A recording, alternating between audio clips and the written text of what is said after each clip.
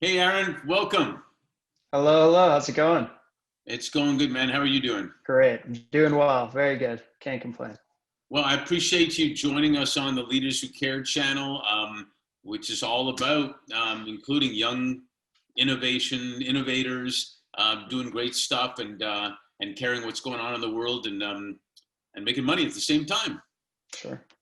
So thanks for joining. And I think a good way to start would be if you could just, kind of formally introduce yourself, tell us a little Sure. bit about you, and then we can talk.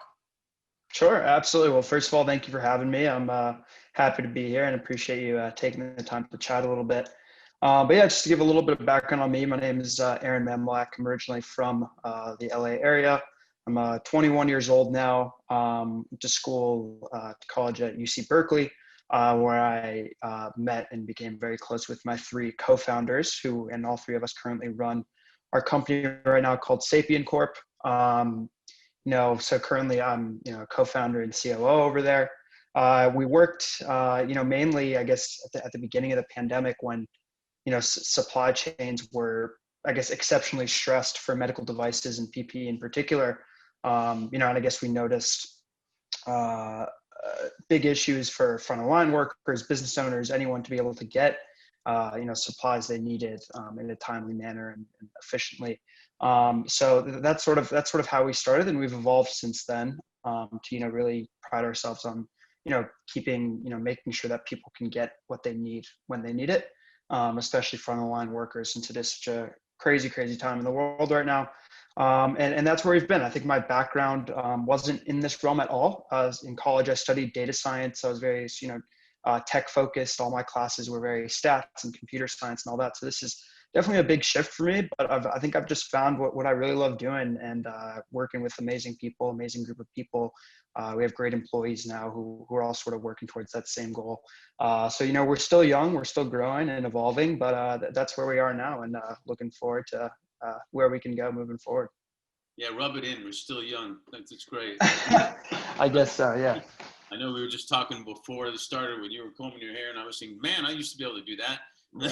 that. Grow out the ponytail, exactly. Yeah, geez, it goes fast. So enjoy every Uh, moment, and I'll congrats, savor it. I'll savor it. you got to. Congrats on what you're doing at the age you're doing it, because that's the time. That's the time to get out there and live on the edge. And we all talk. Simon Sinek became famous on this with respect to the why. But I like to ask it a little bit differently. Tell me, why do you do what you do right now? Sure. I mean, it's a great question. I think initially that the main answer would be, something I did touch on was the fact that during the pandemic at the beginning, when supply chains were especially stressed, I mean, everyone noticed it, where it was no one really able to get anything, one, for a reasonable price, and two, reliably. A ton of jokers out there who, claim that they have supplies for governments and people who really did need this stuff that were just, total fake. So that's something that we really noticed in our personal communities, and that's why we got started doing this. There was no business idea involved. It was more just, okay, how can we sort of fix it in what we saw right in front of our faces. So that's been the biggest why initially. But I think now and moving forward, I guess as basic as I can put it, is it's just really fun and we love doing it. And we all, my two co-founders and I kind of found something where we all come from very different, I guess, technical training backgrounds and studies and et cetera. But we all found something that we can come together, bring different skills to the table, and work towards a goal that we all genuinely find extremely fun and enjoyable to work on every day. And that's been the biggest thing for me. I've always wanted to work for or with or start a company that I wake up in the morning excited to do. And that's really, I guess, my biggest why at this point. And then helping people is obviously always there. That's definitely an important aspect of why we got started, and why we're still going hard at it right now. So yeah. Yeah, I love that because you're right. It's so basic, but it's also so deep. You found a need, you found a problem, you found something that you saw was missing in the community, and how can we help type of deal, and then you turned it into a business. Which again, this is about recognizing leaders who care and show that you can care and make money at the same time. They're not exclusive or separate, Sure. whatever it is, and And to be able to do it with 3 other partners is also a great lesson, because it's not always easy. It's not always perfect, but it doesn't have to be perfect. Obviously, I'm assuming you were friends with these 3 people before. How was that in coming together for the same purpose, same passion? It's a good question. I think in any business, there are bumps in the road, and I think if you asked us before starting this and before we sort of all went on this journey together, if we would make good business partners, I don't think any of us would particularly say yes. And it's been pretty shocking, just because we all 3 have pretty different personalities, and so far it's been great, and we're enjoying it, and we all bring very different things to the table. And yeah, I think there are aspects of the fact that we were friends before sort of starting this venture, changes things and complicates things. But I think we've done a really, really good job of consolidating work and friendship, and they don't need to be completely separate. I think a lot of people, especially a lot of mentors that I've spoken to in the past, have given me that advice of got to separate work, friends, and I think there is some truth to that. But I think the fact that we are friends does work pretty well in our favor. But at the end of the day, like we know what we're doing. This is our job. This is our full-time job, and we think we have an opportunity to do good and build something really big here. And I think that's the biggest motivating factor, and that common mission, I think, is really what's the driving force. But that's been able to sort of carry at least the success we've had so far. Yeah, it's a brilliant answer, and I won't say especially young, because one thing my background is leadership development and executive search, and one thing I found is it's about experiences and it's about relationship, not necessarily years of experience, but experiences and relationship. And to you guys' credit, you came together to fill a need, and you're now expanding on that. Just out of curiosity, how did you decide who had what title? So I guess at first, before we had any, employees or other people at stake, we were all doing the same exact thing. We were all doing every aspect of a deal process. So, we would reach out to people and started, very small in our community, trying to figure out, hey, does this restaurant need gloves or masks or something? Do they need this? So we'd work through the entire deal process, from sourcing, supply, shipping, logistics, payment, whatever it may be, all the way through. And we learned a lot about, international import export, which is a huge aspect of this business. And so at the beginning, all 3 of us sort of worked the exact same way. And as we evolved, we sort of realized that that's not a reasonable way to scale a business. There needs to be some sort of role segmentation. And I think we've been able to find, slowly but surely, and still we're switching up our roles all the time, however we need, but what our strengths are, what we enjoy doing, I think is the biggest factor for all of us. We all want to make sure that we're having fun doing what we're doing. But it was never, I would say a reason it works is I don't think any of us have huge egos. I don't, you can call someone CEO, whatever it may be, president, it doesn't really make a difference to us. It's more, about we all have equal stake in this game, and how can we get there? So I think that's probably been the biggest factor in that aspect. Yeah, no, again, in the business I do, I think there's too much emphasis put on title and years and all this stuff. I mean, you can be the CFO of the 7-Eleven store down the street, and the CFO of IBM. They're different CFOs. Sure. So exactly. It's super cool, what you're doing, and what we do at Fifth Element, we work with leaders who want to get help in strategically aligning with how to make a difference out there with a cause, with impact, with something social, environmental. And you took it in a great way. You cared first and then made it into a business. It's taken a long time, probably as many decades as you're old, for leaders to realize, this is actually a smart way to do it. Care, and it's better for the business. It's clearly better for attracting talent, because especially young people like you only want to go work at places where you are making a difference and make money. So young entrepreneur, young innovator, you've got some corporate experience as well, so you've seen that. What would you say, I know you've partially answered this, but what would you say differentiates you, and for that matter, even your partners, as leaders who care? Oh, that's a good question. You only ask good questions. I guess, yeah, they're all great questions, I guess. Yeah. Maybe just the fact that we're just, perfect, really selfless people who just, care way more than no. I'm seriously, it's not, I don't think to really answer your question, and like this might not be really the answer you're looking for, the most traditional answer, but to be honest, I don't think there's much that differentiates us, or I could speak for myself, that differentiates me from other people. And maybe it's a pretty optimistic way to look at the world, but I think for the most part, everyone wants to do good, right? Everyone wants to be a, positive contribution to society and to people deep down. And, obviously with keeping in mind their livelihoods and making sure that they're able to sustain good livelihoods. But I think everyone does want to do good at a certain level. And I think whenever I've asked mentors in the past, and I continuously, have mentors that I look up to and ask for advice all the time, an answer that I would always get is, find something you love and do it, which was never like exceptionally satisfying for me, because it would always lead to the question, well, how do you find something you love? So I think this is something that if you asked me, a year ago, if I would love doing this, I would say not in a million years. But I think the biggest lesson that I've sort of taken from that is sort of flipping it around, is like, do stuff until you find something you love. And then after you stop loving it, do something else. Because I think the main core foundation of that sentiment is still there. Do something that you love, but actually finding something is really challenging, and something that I still work on a ton.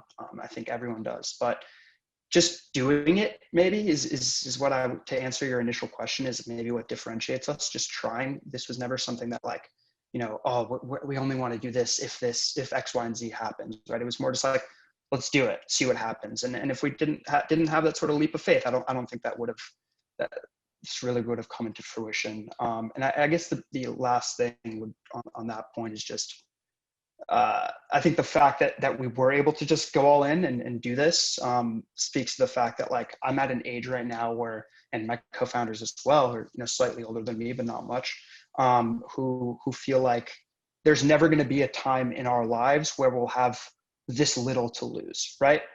We screw up, everything goes terribly, and oh well, we're back to normal life. So I think that's probably the biggest factor right there. Just doing something until you find what you love, and still wait, instead of waiting to find something that you love to do it. I would say, for me personally. Yeah, I think it's a great answer. I think all you said there was a great answer, because it is harder if you have 4 kids and the picket fence and the mortgage and Right. to take the chance. But even then, life's short, and I think a lot of people get stopped, like you said, at, well, what about this, and what about this, and this is going to be a problem, this is going to, versus like, well, just do it. In fact, if you want to say that one to Nike, it could be a good slogan. Exactly. Yeah. Let's take their slogan a little bit. So, my grandparents always used to say, and they were from Kiev, so they had the accent, and they would say, like, as long as you have your health, that's the most important thing.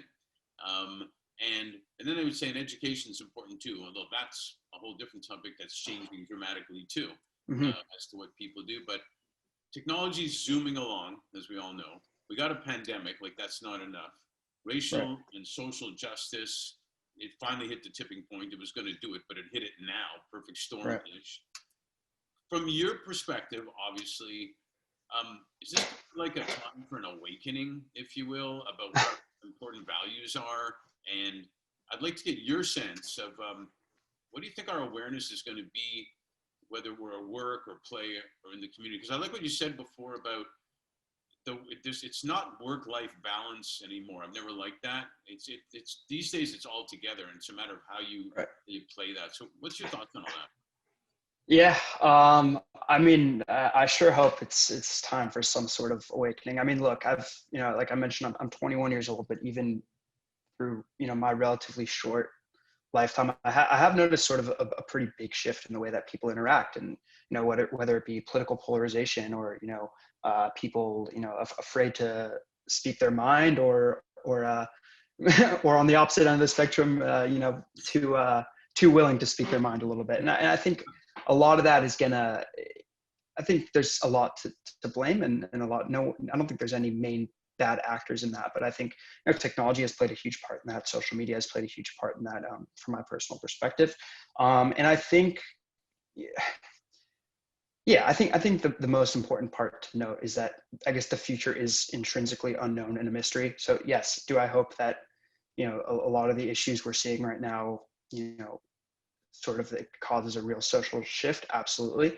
Um, I guess I viewed, like many others at the beginning of the pandemic, as this would be, this is the time when everyone is, facing the same issue. We're all going to come together and sort of, fight this pandemic together. And obviously it didn't turn out that way, right? It caused even more, sort of splits in society, and it became politicized and became, something that you had to have an opinion on, as opposed to just, understanding that this is real. This is, something that's out there, and we have to sort of come together. So that's definitely been pretty discouraging for me. I really did think that this would be, the thing that brought us together, if not just as a country, as a world, as a whole.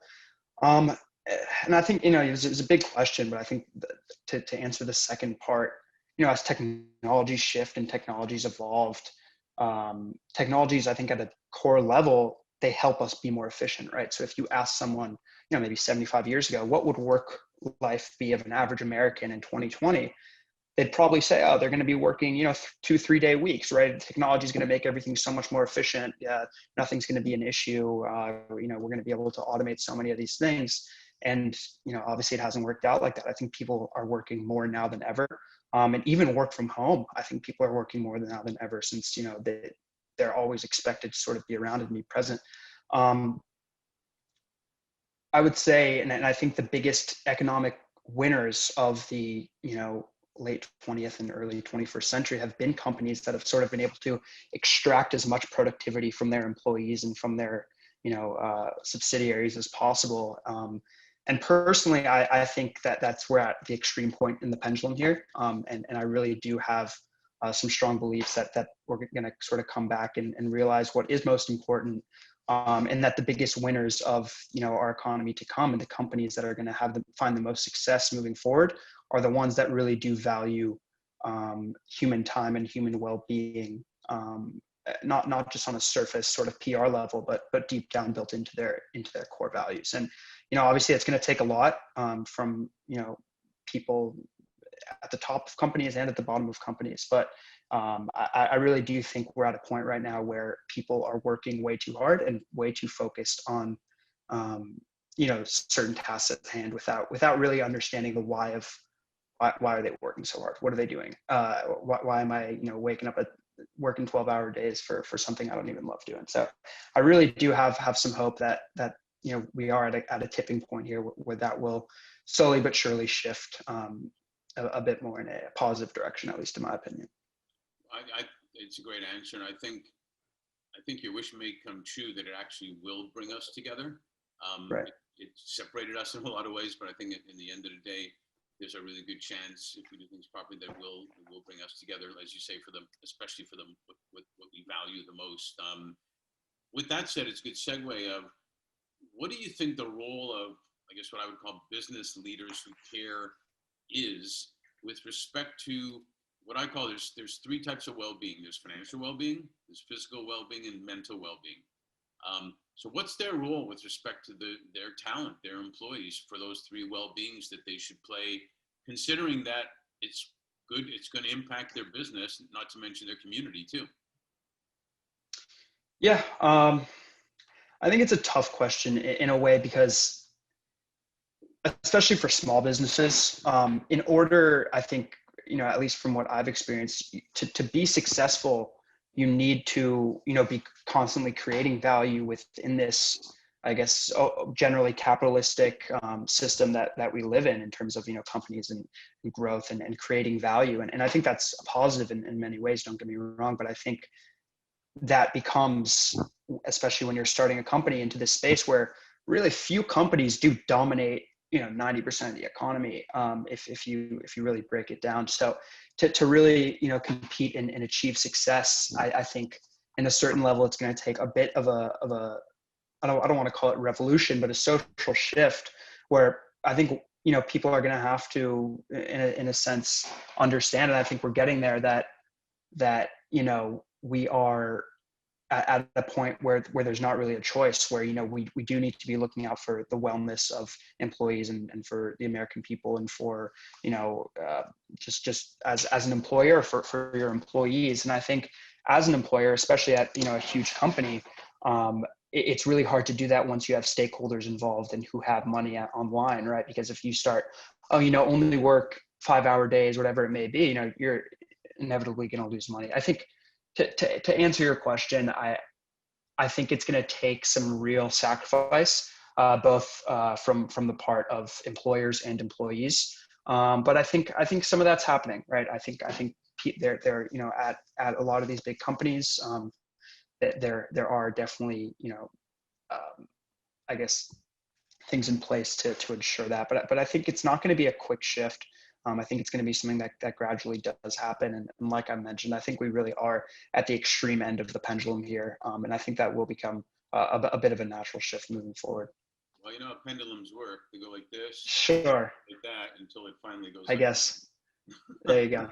So I usually ask this question to people, saying, what advice would you give a younger person graduating, et cetera, et cetera? Mm-hmm. You're gonna be the first person I switch this around to. No pressure. Sure. So we talked about mentors. There are people that are mentors. There's also people that are also, on top of that, champions, which actually means and helping people advance.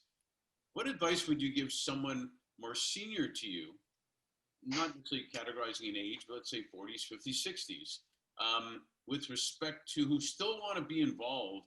They still want to work. They want to make a difference. They want to make money. What advice would you give them?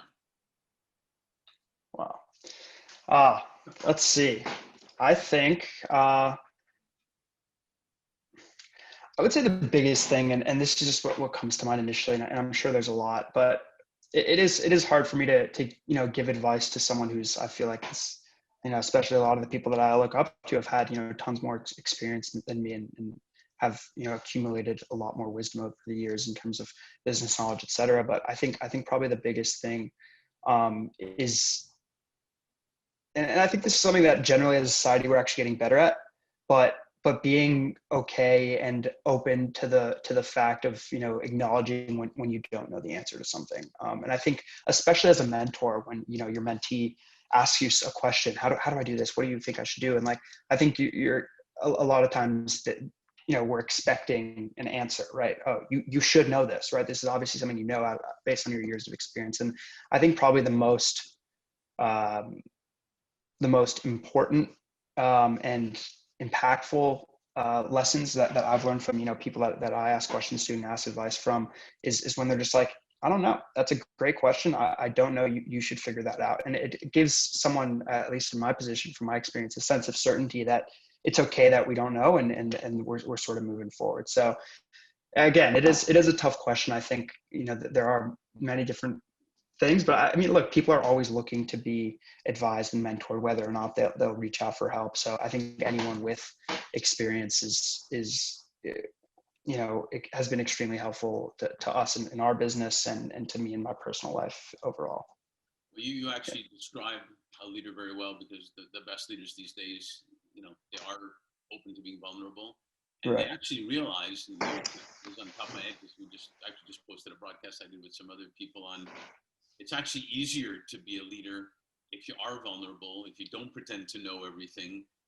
It's easier to smile than frown. It takes more muscles to frown, and all that. And I don't think, so I think your answer is right on the money. And I think that's a great way to attract more senior people to work with you as a younger person by welcoming that.